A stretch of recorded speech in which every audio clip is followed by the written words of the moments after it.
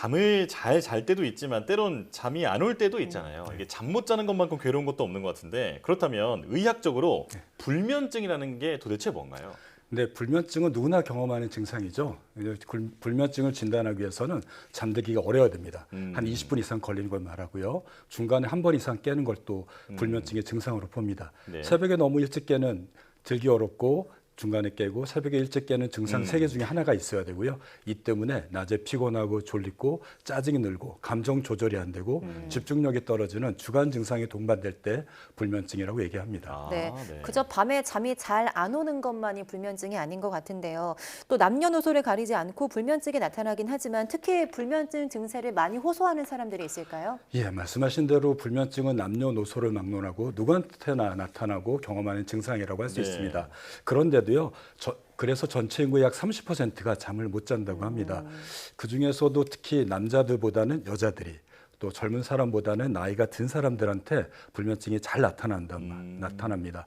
그리고 또 성격적으로 매우 예민하고 완벽주의적인 성격을 가진 분들이나 스트레스에 취약하고 불안이나 걱정이 많은 분들한테 불면증이 잘 생기게 됩니다. 아. 마지막으로 교대 근무와 같은 자고 깨는 게 불규칙한 사람한테도 불면증이 잘 생깁니다.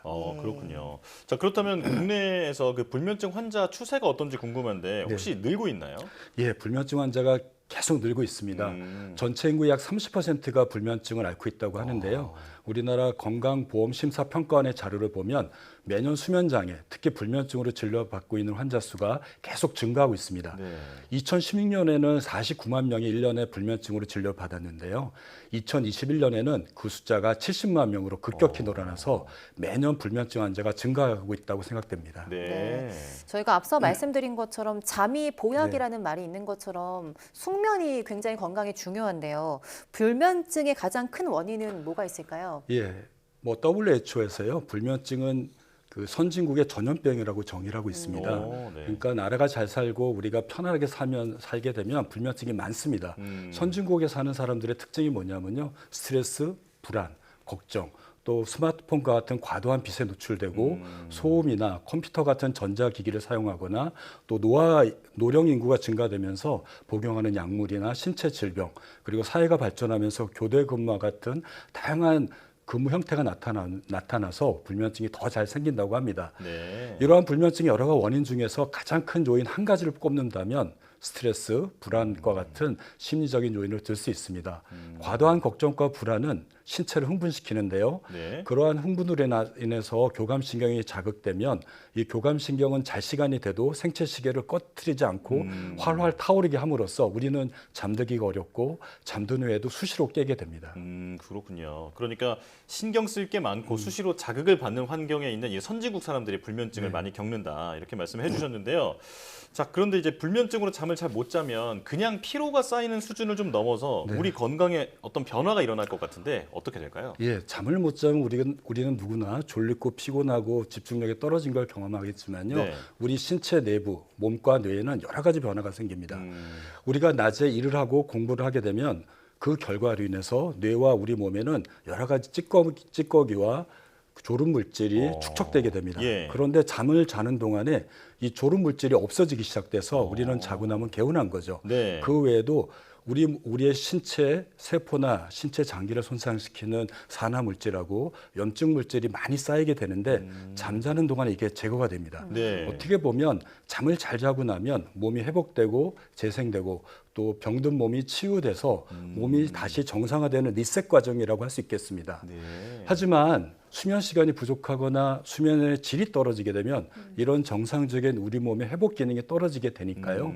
그러한 결과로 인해서 고혈압, 당뇨, 심장병, 뇌졸중, 그다음에 집중력이나 치매 발생률이 높아지게 되고 더 나아가서 잠을 적게 잔 사람이 정상적으로 자는 사람보다 사망률이 1.5배가 늘어납니다.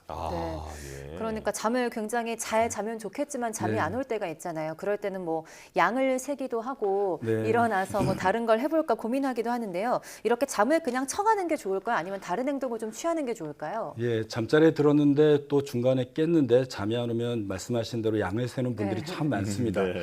그 양을 세다 보면 계속 쓸데없는 잡생각이 떠오르는 걸 누구나 경험하게 되는데요. 네. 이런 것들이 일주일 정도 지속되게 되면 뇌는 학습이 돼서 그 시간에 깨어나고 계속 잠을 못 자는 상태로, 즉 뇌의 과각성 상태로 진행되게 됩니다.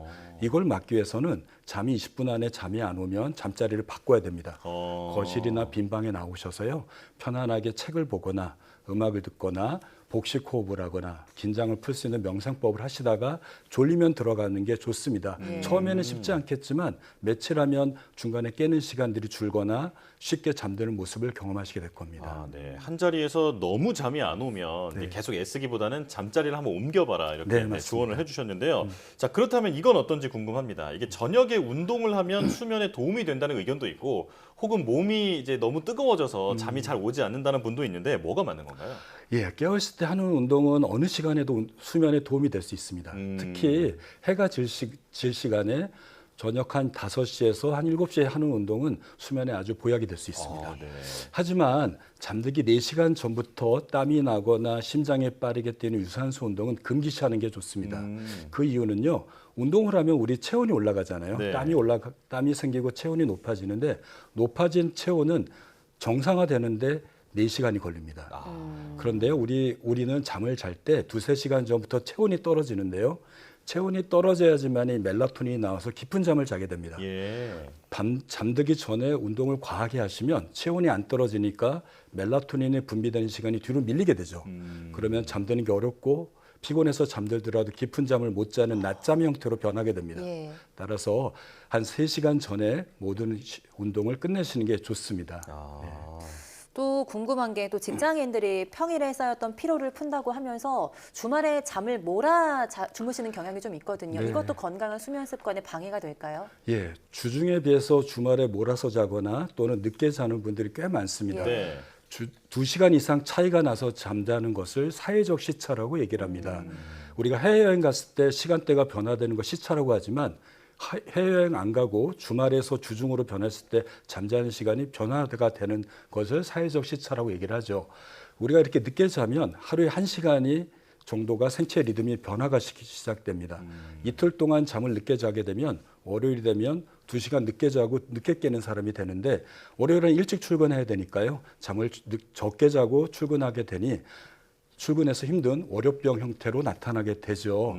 그래서 저희가 권하는 거는 주말이라도 주중보다 플러스 마이너스 1시간 내에 자는 게 제일 좋습니다. 네. 1시간 이동하니까. 기상시간 또 플러스 마이너스 1시간이라서 최대 2시간을 더 자는 게 제일 좋고요. 너무 졸리면 낮잠은 20분 이내로 자는 게 숙면에 도움이 될 수 있습니다. 네, 우리 몸의 리듬을 좀 지키는 게 중요하겠다 이런 생각이 드는데요. 자, 또 이것도 궁금합니다. 이게 불면증이 있는 분들이 수면 유도제를 약국에서 사서 드시는 경우도 네. 있잖아요. 이제 이걸 먹어도 괜찮은지 걱정이 좀 되는데, 어떤 분들은 아예 못 자는 것보다는 그렇게라도 좀 자는 게 낫지 않느냐 이런 의견도 있거든요. 예, 일시적으로 그리고 심하지 않은 불면증이 있는 경우에 수면 유도제나 수면 건강 기능식품을 복용하는 것은 그리 나쁜 방법은 아니라고 생각됩니다. 하지만 잠 못 자는 게 매일 반복되거나 심각한 불면증이 지속되고 있는 상태에서는 이런 수면제나 더 나아가서 수면 유도제는 전혀 도움이 되지 않습니다. 네. 어떠한 약도 본인의 잘못된 수면 습관이나 수면을 방해하는 요인을 제거해 주지 않습니다.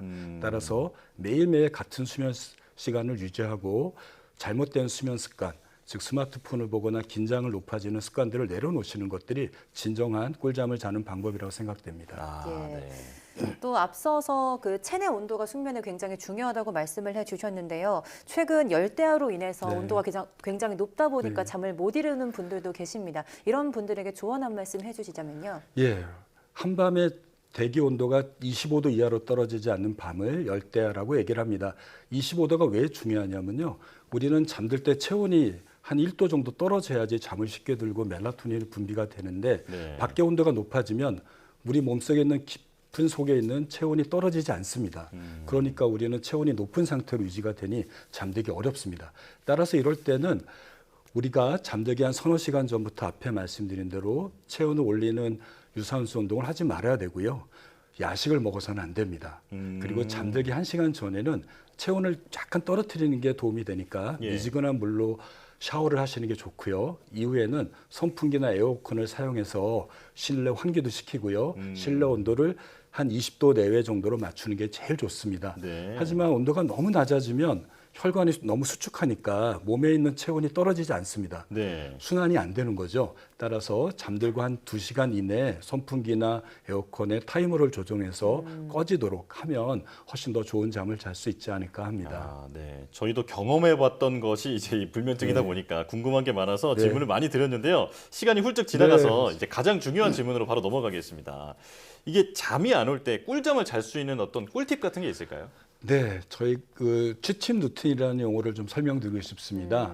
우리가 자기 전에 정해진 시간에 잠을 자기 위해서 뇌와 몸의 긴장도를 떨어뜨리는 걸 취침 루틴이라고 얘기를 합니다. 네. 현대인들은 만일 문명이기 때문에 긴장도가 높은 거죠. 빛도 노출이 많고요.